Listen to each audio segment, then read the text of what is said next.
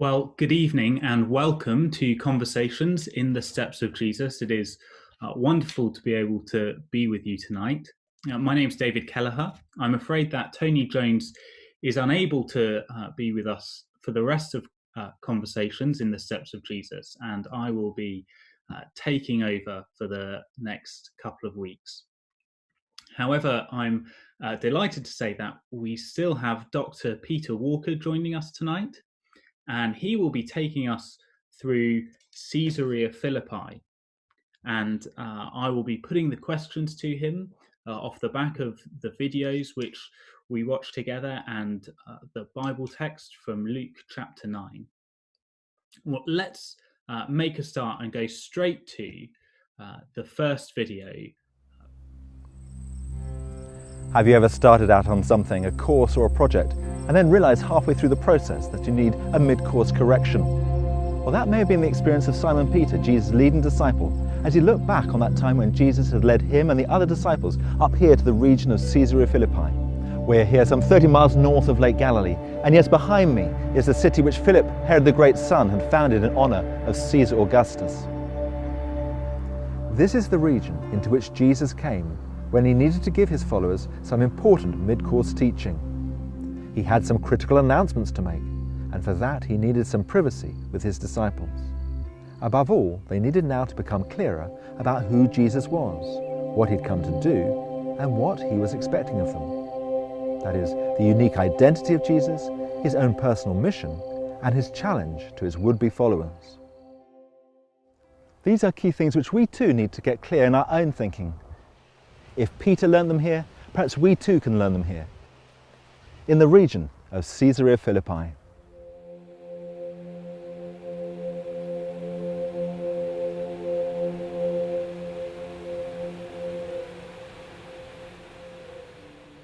This is not to be confused with Caesarea Maritima, the city which Philip's father, Herod the Great, had founded as his harbour on the Mediterranean coast. Yet both father and son, in calling their capital cities Caesarea, were making an obvious political point. They were puppet kings, ruling the Roman province of Palestine on behalf of Augustus Caesar, the emperor in Rome. And it wasn't just politics. They were making a religious point. In both cities, they built temples in honor of the Roman emperor. They were introducing the emperor cult. They were reverencing, indeed worshipping, a human being. And they were doing this in a land largely populated by Jewish people.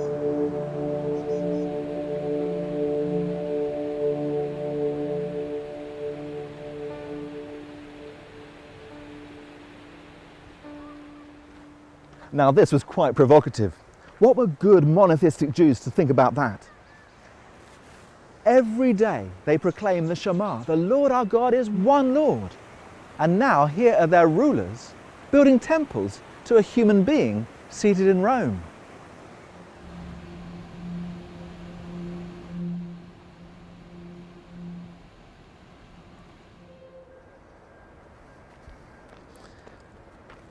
So would good Jews such as this have come to a place like Caesarea Philippi?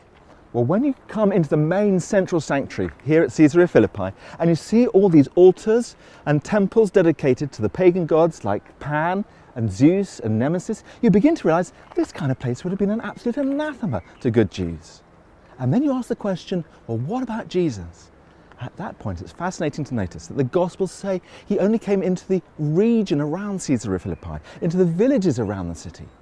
Perhaps he never came here. And the reason for that, almost certainly, is this behind me. This was the pagan temple recently dedicated, yes, in honor of the Roman Emperor Augustus, a human being in Rome. Would Jesus have ever countenanced that? No way. Would he have ever come here? No. Well, Peter, thank you for joining us tonight. It's great to have you. It struck me as we watched those clips that Caesarea Philippi looks like a lovely place. Well, it's pretty idyllic. You have lots of water flowing out from underneath Mount Hermon. And if you like the sound of water, it's a great relaxing place. But it's also a little bit sinister because of some of its sort of pagan background. So it's a bittersweet location. Is that river kind of the central part of the city? Well, that's right. It's that river is one of three head rivers of the river, what will become the River Jordan, and one of the sources of the River Jordan is right there by that temple that we were looking at. It comes out from under the rock face. Right. Okay. Thank you. Well, let's have a look at the map, and Peter, just show us. Let's get our bearings of where Caesarea Philippi is relative to everything else. Yes, this map shows us the northern part of the Holy Land of ancient Israel, and we can see Lake Galilee roughly in the middle of this map. But that's where we've been the last few weeks, around Lake Galilee at Capernaum. Now go to the top of the map, and you can see Caesarea Philippi. It's in the blue territory, but it's the territory ruled by Herod Philip. So this is Caesarea of Philip. It's Philip's Caesarea, and it's not to be confused with another Caesarea, which is there on the coast, on the Mediterranean, which was built by Philip's father, Herod the Great. So we're right at the top of the country, right underneath Mount Hermon. And how far north is Caesarea Philippi from Capernaum and Bethsaida? Around 30 miles. You could drive in a modern coach up there in almost exactly an hour, 60 minutes, yeah. Okay, great. Thank you. Peter, let me ask you about Caesarea Philippi. You said that Jesus, or good monotheistic Jews, would not dream of going into the city.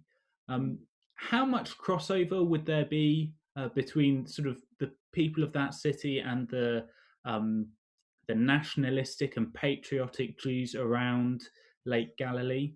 Well, not much. You can imagine them as separate little bubbles, if you like, having to interact when they were doing commerce and buying grain and fish from each other. But they would normally sleep at night in a place which was either uniquely Gentile or fiercely Jewish. So Capernaum was a Jewish area. Tiberias, by the way, on Lake Galilee was named in honor of the Roman Emperor Tiberius, and that's a Gentile area. And here, Caesarea Philippi, likewise, pretty clearly a purely Gentile place. The two wouldn't necessarily mix with each other. A good social distancing between them. So my question then is, why would Jesus take his disciples to that area? Well, that's right. Interestingly, we noticed he doesn't go into Caesarea Philippi. Mark's gospel is very clear. He goes into the region and the villages around Caesarea Philippi. And so strictly, Jesus doesn't go to Caesarea Philippi. I think he looks across at it and points to it and says, you know what goes on there? Well, we're not going to go there. He does it, I think, because we can learn some very interesting things about who Jesus is by comparison with what's going on in Caesarea Philippi. The other reason he goes there is it is generally a more remote place. We're a long way away from most of the action, and it's a good place to go for a quiet retreat with his 12 disciples, and let's have a week together doing a little bit of Bible study together. Okay, and before we look at the next video, can you just talk us through where we are? Where are you? Where am I? What's our lovely views behind us? Well, that's right. But behind me is you can see Mount Hermon there with a snow-capped mountain. Mount Hermon is on the border of modern Lebanon, Syria, and Israel. It's some 7,000 feet, I think it is. It has snow, hopefully, if there's a good winter, until April or May, and then it's clear. But you can see below that there's another middle ridge of hills, and Caesarea Philippi is snuck in there in the foothills. When you're in Caesarea Philippi, you can't actually see Mount Hermon, the snow above it, because you're so close up into the foothills. But you can see it's a generally mountainous region, more remote, as I say, from Lake Galilee. And David, behind you is the setting sun. We're looking west, and we're by Caesarea Philippi, looking across the valley towards the hills of Lebanon, actually. The sun is setting over Lebanon behind your head. So that's looking west, and my background is looking north. Yeah, I took a sneaky look back for some reason. I thought I might be able to see what you can see, but it wasn't there. Yeah. Okay, thanks. Let's look at the next video now. Now we can begin to sense why this region was such a brilliant one for Jesus' masterclass in theology. It wasn't just a nice, quiet, reflective place. It was also a deeply provocative one. What did it mean to believe that there was one God? Who was the true ruler of the world? And then Jesus had his own further probing questions which he wanted to pose. Now, other people, who do they say that I am? How were good Jews to respond to that question? After over 400 years of silence, never hearing the authentic voice of prophecy, many were convinced that Jesus, like John the Baptist, was a prophet. Meanwhile, others had read the text that God would send the prophet Elijah. Was Jesus this Elijah figure? Meanwhile, Jesus himself described himself puzzlingly as the Son of Man. Well, what did that mean? Was that a humble title, just meaning the human one? Or was he identifying himself with the exalted figure seen in Daniel's vision of God's throne room in heaven? But what about you? Who do you say that I am? And then Jesus asked his own killer question, who do you say that I am? And what could the disciples say? What category were they going to use to put their master Jesus in? They knew he was one of a kind, but what kind? So perhaps it was just then an embarrassed silence as Jesus waited for an answer. And then, as if from nowhere, as if from somewhere deeper than human knowledge could fathom, Peter came out with that line, Jesus, you are the Messiah of God. And Jesus did not rebuke him. The truth was out. And then perhaps Jesus just looked around the disciples, stunned silence amongst them all, and perhaps just began to smile and give thanks to his Father in heaven for what he had revealed to Peter.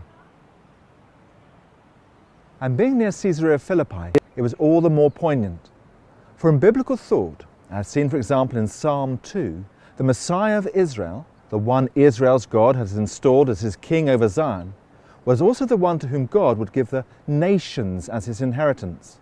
The ends of the earth would become his possession. And all the rulers of the earth, they would need to take note, to be warned, and to come instead to serve the Lord.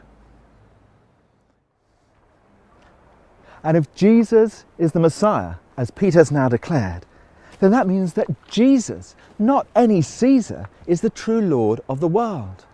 And if he's the true Lord of the cosmos, then perhaps in line with the will of Israel's God as revealed in Psalm 2, might there ever come a time when it would be appropriate to offer him, Jesus, worship? For now, that second question is left hanging. But in a few months' time, after the disciples have witnessed Jesus being raised from the dead, the question's going to come back. And they're going to be surprised by what they find themselves saying, just as Peter was surprised at what came out of his mouth here near Caesarea Philippi. The Lord our God is one Lord, but somehow Jesus is Lord. Peter, I wonder if you could just outline for us how significant is this as a moment. What would the disciples have been thinking when Jesus pushes them for an explanation of who they think he is, and what they think is Jesus when Peter blurts out, "You're the Messiah." What's going on in their minds? It's an incredibly dramatic moment. All the three Gospels, Matthew, Mark, and Luke, basically have this as their central point, their aha moment in the narrative. It's the turning point. And it's all been building up to this suspense, this question, who is this Jesus? As you're reading the Gospels, you're constantly thinking, who is this? Who is this? But eventually, the disciples have got to be asked that question. And eventually, of course, we have to be asked that question as well. You know, the reader of Luke's Gospel is asking that question. And now Jesus basically steps off the page and asks us too. But for the original disciples, stunned silence, I think, as suddenly out of Peter comes this expression, "You are the Messiah." Maybe they've been talking about it a few nights before over the campfire. You know, do you think he is? Do you think he's not? You know, what do we do? We don't know. Or maybe it just comes to Peter just sort of instantaneously, or puts his big mouth in it, you know. But I think the stunned silence, I think they realize at that moment, that's why Jesus has taken them aside so they can really drill down into this question and to hear for the first time that God has indeed sent his long promised Messiah. It's an amazing moment. And what do they think? What do they think that means? What do the disciples understand by Messiah? Yeah, we've thought in recent weeks that the word Messiah is a word for king, the anointed one, anointed with oil. And about 200 years before the time of Jesus, there were readings of the Old Testament which increasingly focused on some of these promises. There are not many of them, but several of them in the Old Testament, which promised there's going to become another king like David. David was the great king, 1,000 years BC. And this longing that, if only we could have another David, another one who bring us independence, bring us political rule. We've got these dreaded Romans running over us. We had the Greeks before.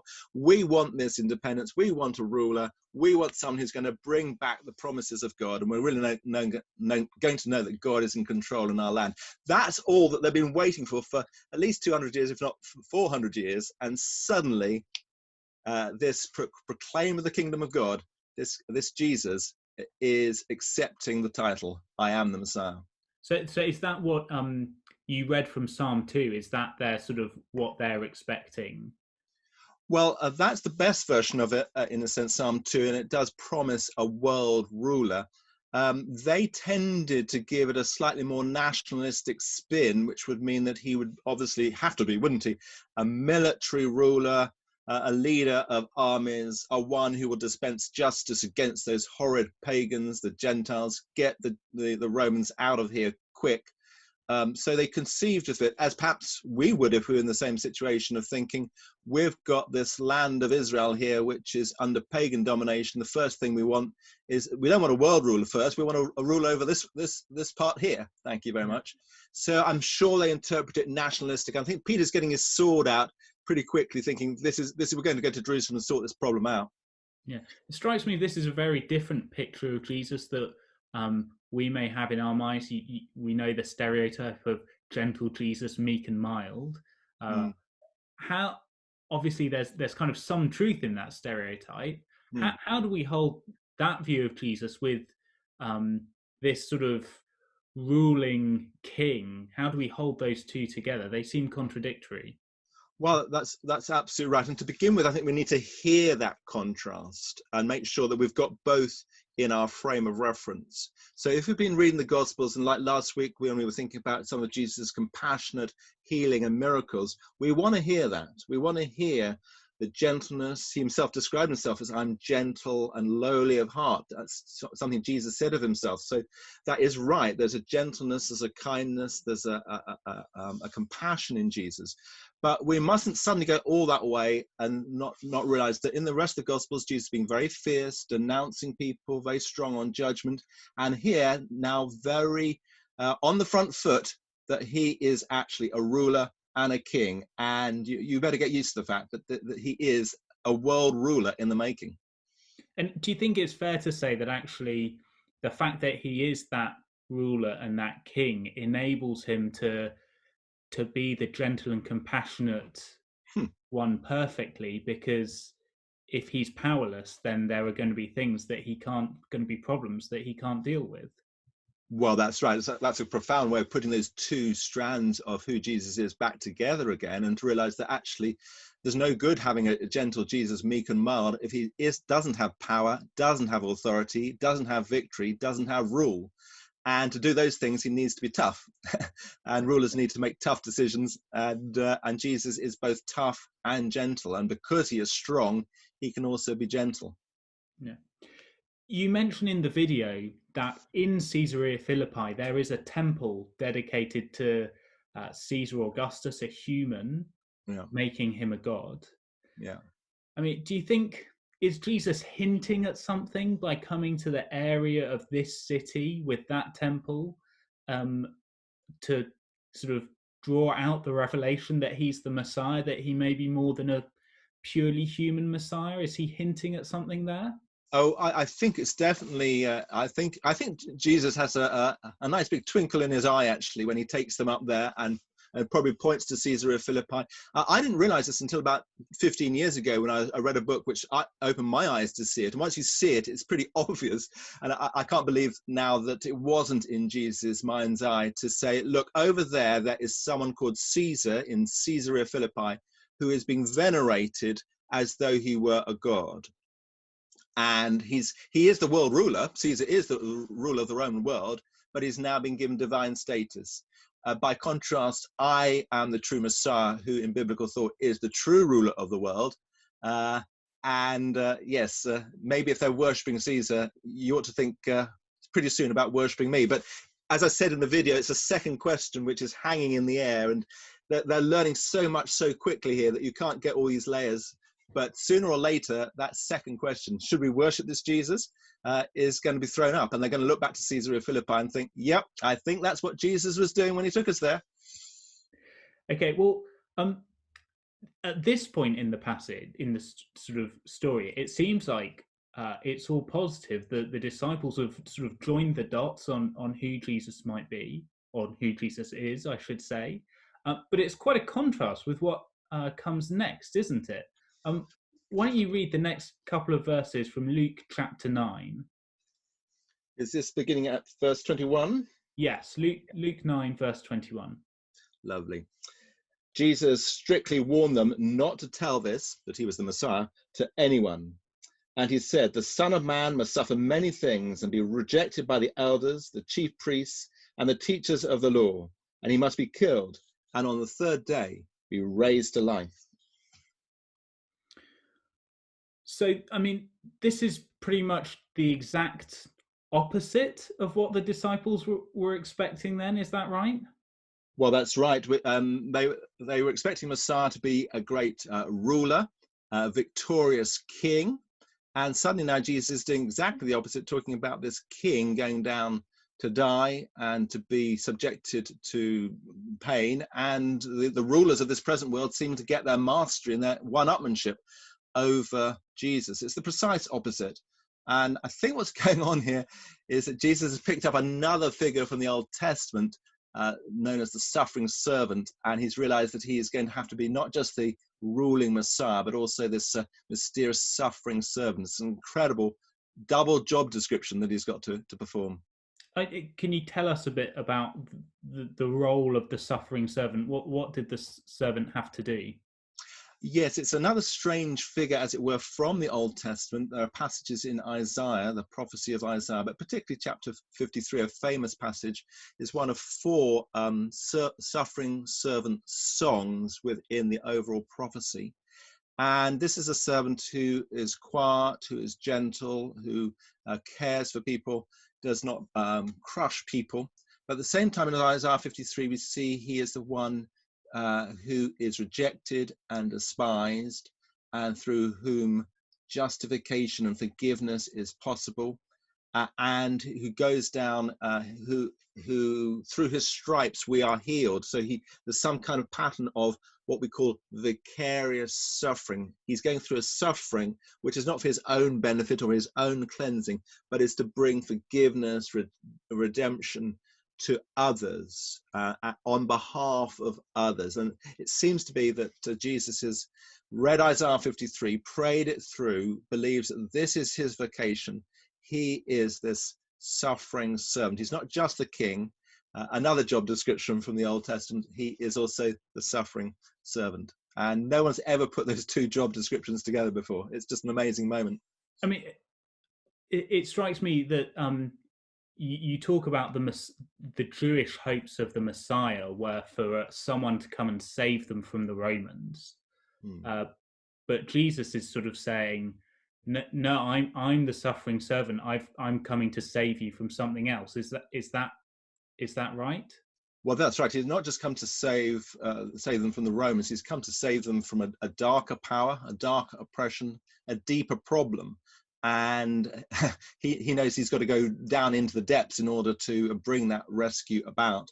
And the fact that he dies is pretty much, and then will be raised again to life, is a hint that actually he's come to rescue us from death and what causes our death, which when you read the rest of the Bible turns out to be our own rebellion against God. Even Peter's and James and John, they've rebelled against God, and Jesus has come to rescue them from that. Great. And that sort of the mention of sort of, he talks about being raised to life. Does that mean that the hopes of a ruling king aren't completely dashed by these verses? Well, that's right. Yes, if the verses had finished with Jesus predicting, "I'm just going to die," on a real downer, that would be. You can imagine why they wouldn't want that. But the fact he hints that actually through this death there's going to come out a new life means that when we get to the resurrection of Jesus at the end of this gospel, we're seeing the, as it were, the coronation of the king. This is his entrance into glory. This is now the public revelation of a worldwide king who's going to be known through the resurrection as a worldwide ruler in Rome, in England, in America, not just stuck there in Jerusalem. Now, Peter gets that Jesus is the Christ, but he doesn't like this, does he? In fact, Mark records his reaction to what Jesus says, and it's not great, is it? Can you read to us from Mark 8 what happens there? That's right. So reading from verse 32 and 33, Jesus spoke plainly about this, and Peter took him aside and began to rebuke him. But when Jesus turned and looked at his disciples, he rebuked Peter. "Get behind me, Satan," he said. "You do not have in mind the concerns of God, but merely human concerns." Thank you. In 21st century Britain, many of us will be used to sort of flat hierarchies and the idea of taking your boss aside and sort of saying, "I'm not sure about this, how about that?" You know, we might see a place for that. How out of place or in place is what Peter is doing there? Is that normal? No, this is not normal. The authority and the respect with which a rabbi was held in by his followers, his disciples, was enormous. The role of the teacher is very big. And given that Peter's already agreed that this person is the Messiah, the King, the one who is in true, total, single rule, if you like, then to do this immediately is, it's nuts, basically. It is incredibly strong. I mean, in the Greek, you know, he's rebuking, he's almost shaking Jesus, saying, "No, this will never be," you know. And it gets pretty tense between them because Jesus then has to rebuke him. So there's lots of rebuking going on. So Peter's really stepped above himself here. It shows just how acutely this has touched Peter to the quick, and he cannot control himself. He just has to remonstrate with Jesus. I mean, you mentioned Jesus's reaction being sort of equally strong in rebuking. Jesus goes further, doesn't he? He calls Peter Satan. Yeah. I mean, that's about as insulting a thing as you can say, isn't it? Why does he use such strong language? Oh, that's right. There's lots of name calling in this passage. Peter gets it right to call Jesus Messiah, but now Jesus is calling Peter Satan. So what's going on here?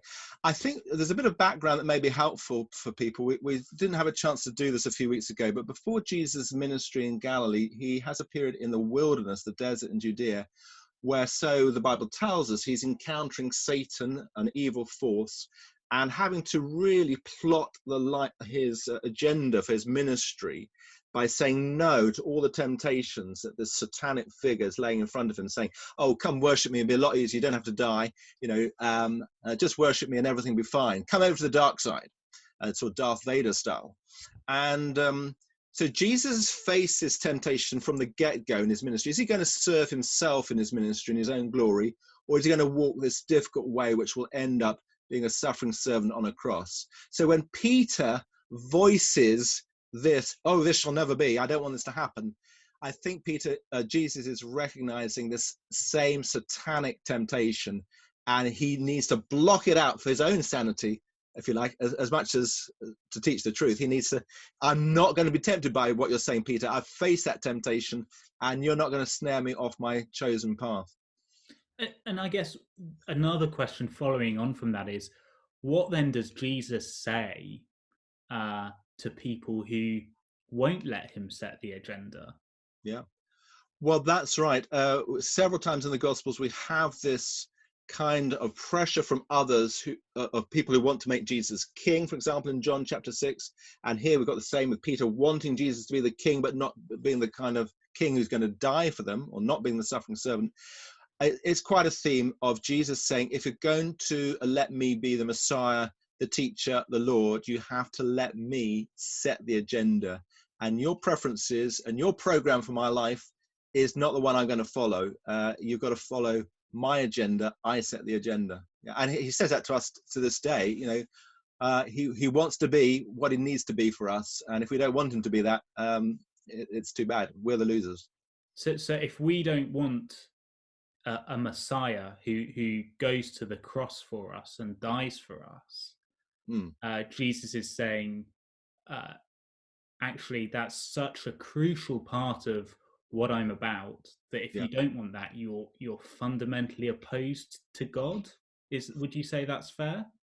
It's pretty much the case. Yeah, I mean, we have it in John's Gospel. You know, when Jesus is talking about dying and you know, it talks about his blood being shed. You know, unless you drink my blood, you have no life in you. You've got to allow me not just to be the bread of life, but the one who dies for you. Here he's saying the same. You need to let me be the Messiah, but also the one who's going to die for you. And if your pride is offended, either by having me as your ruler, or by having me as the one who needs to die for you to save you because you're in more trouble than you thought you were, if your pride offends you under either of those headings, then I can't do much for you because your pride is actually blocking all the grace and all the gifts that I could give to you.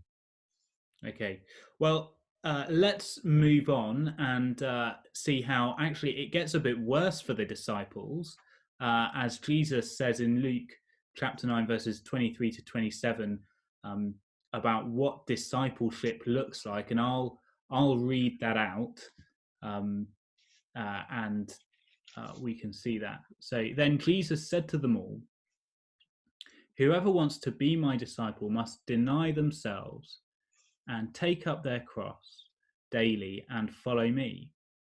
For whoever wants to save their life will lose it, but whoever loses their life for me will save it. What good is it for someone to gain the whole world and yet lose or forfeit their very self?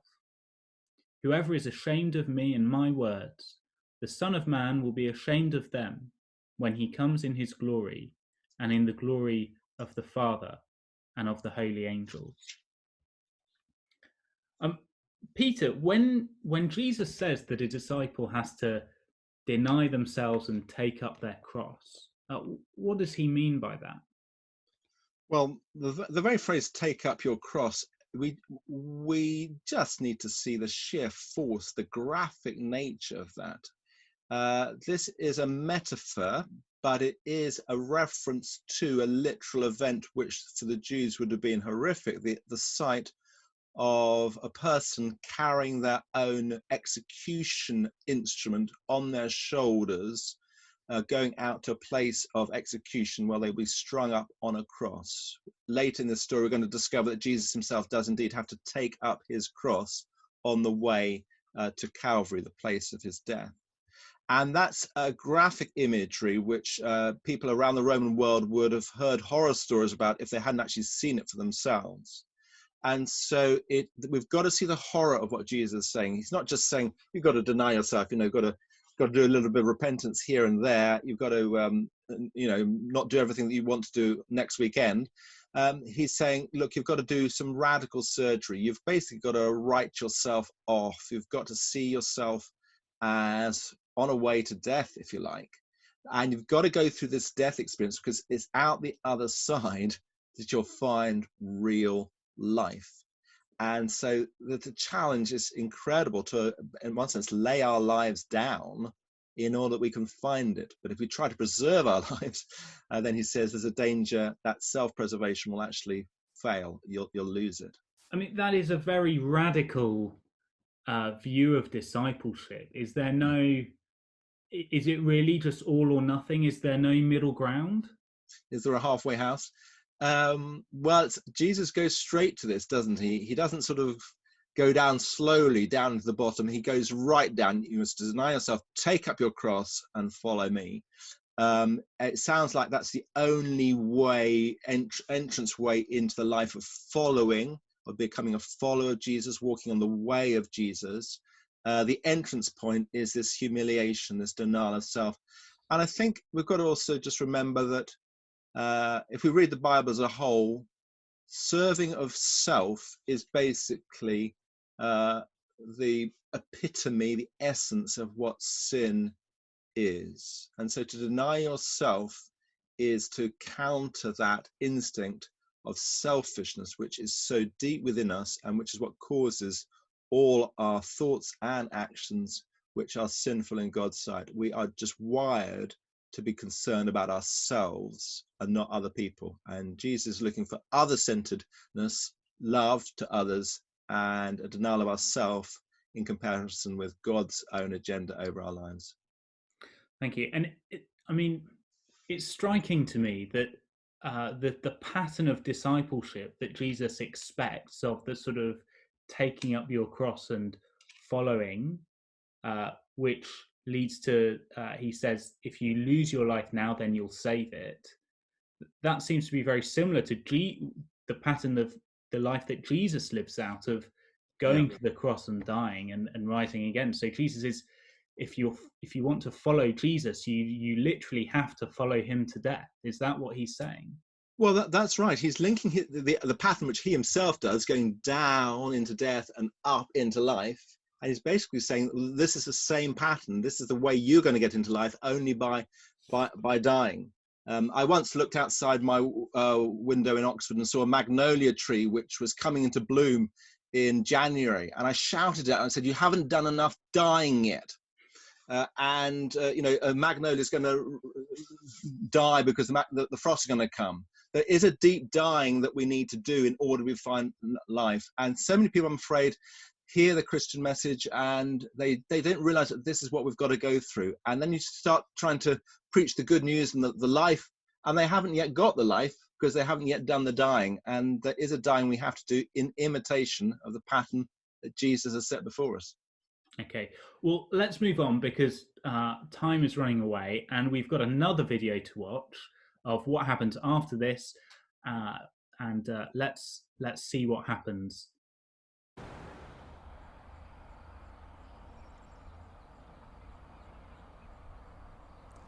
Yet fortunately for Peter, that's not the end of the story.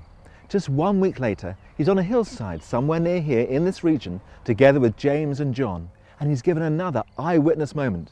Jesus transfigured in glory. In all three synoptic gospels, both these events, Peter's confession and the transfiguration, are bracketed together. So it's clear that in later years it was remembered that they'd both been part of Jesus' mid-term masterclass, which he'd held in the region of Caesarea Philippi.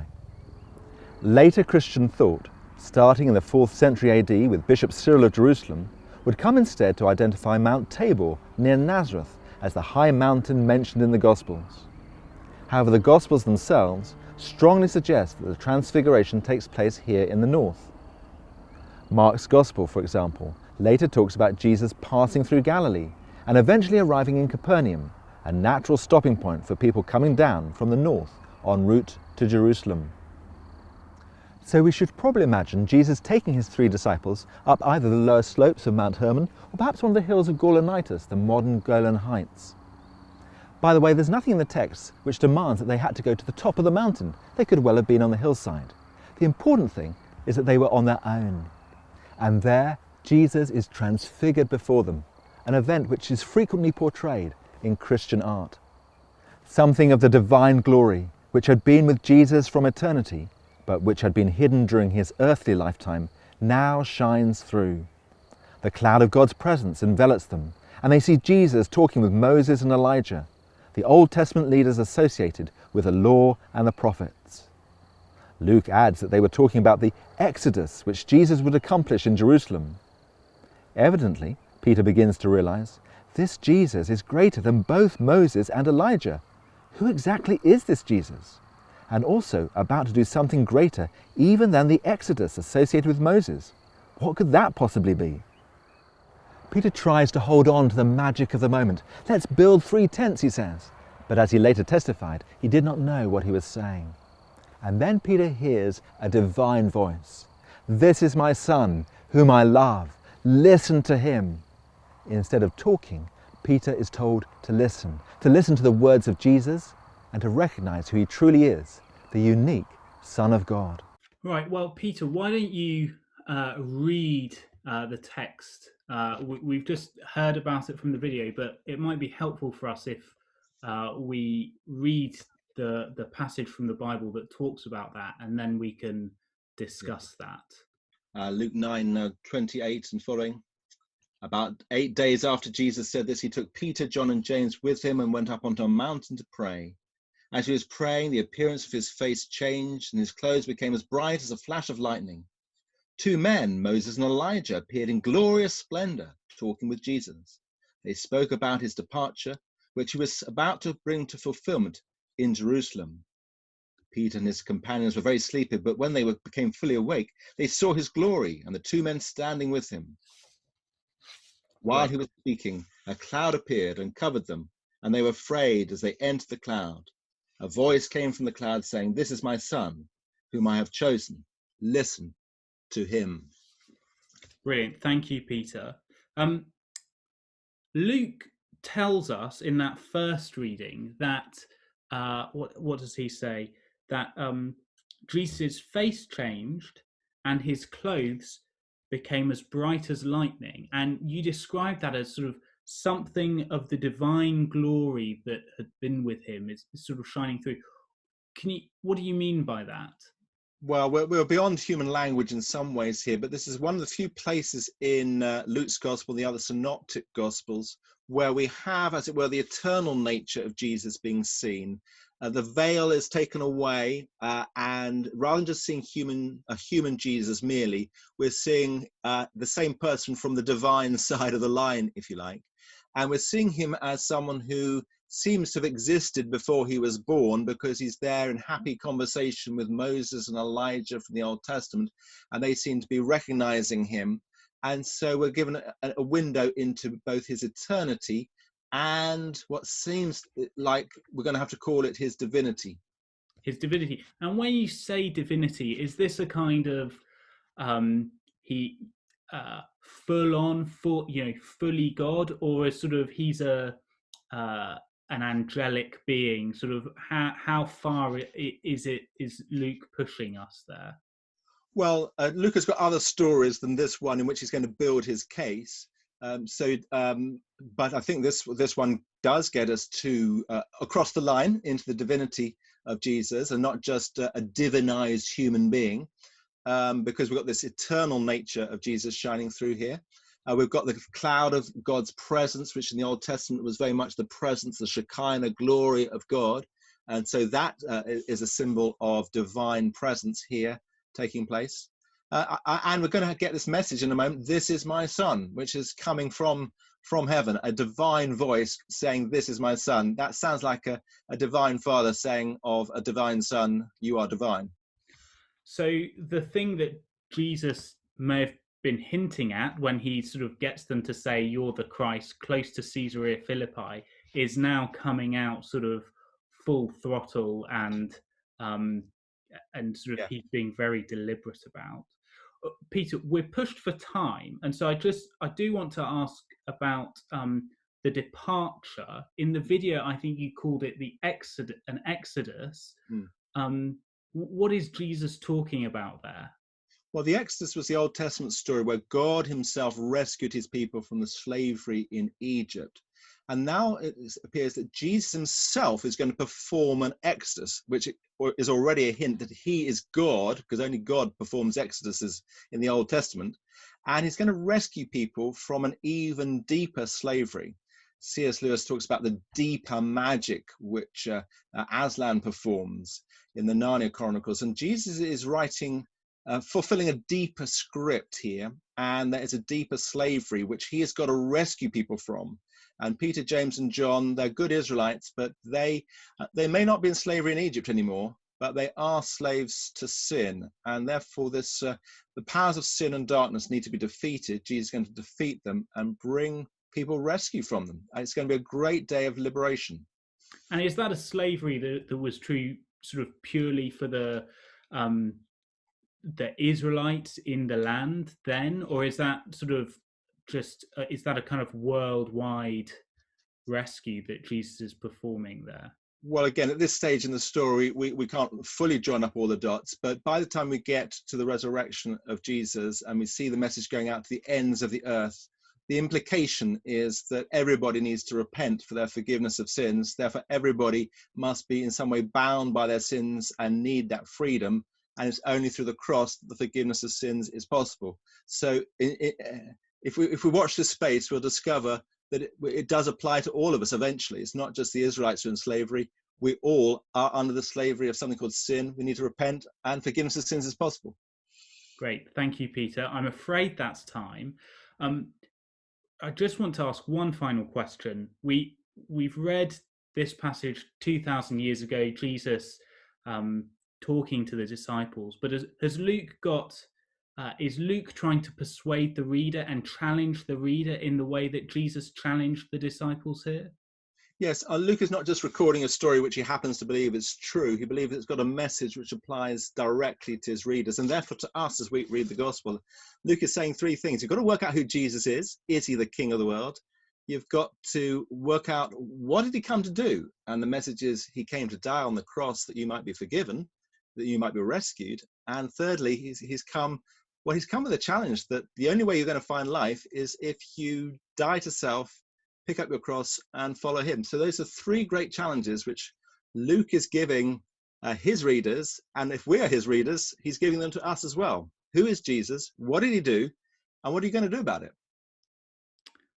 Peter, thank you very much for joining us again. We look forward to next week when you'll be joining us, where we'll be going 120 miles south to the Mount of Olives near Jerusalem, and we'll sort of be moving closer and closer to the cross. But for now, to everyone, thank you for joining us, and we look forward to seeing you next week.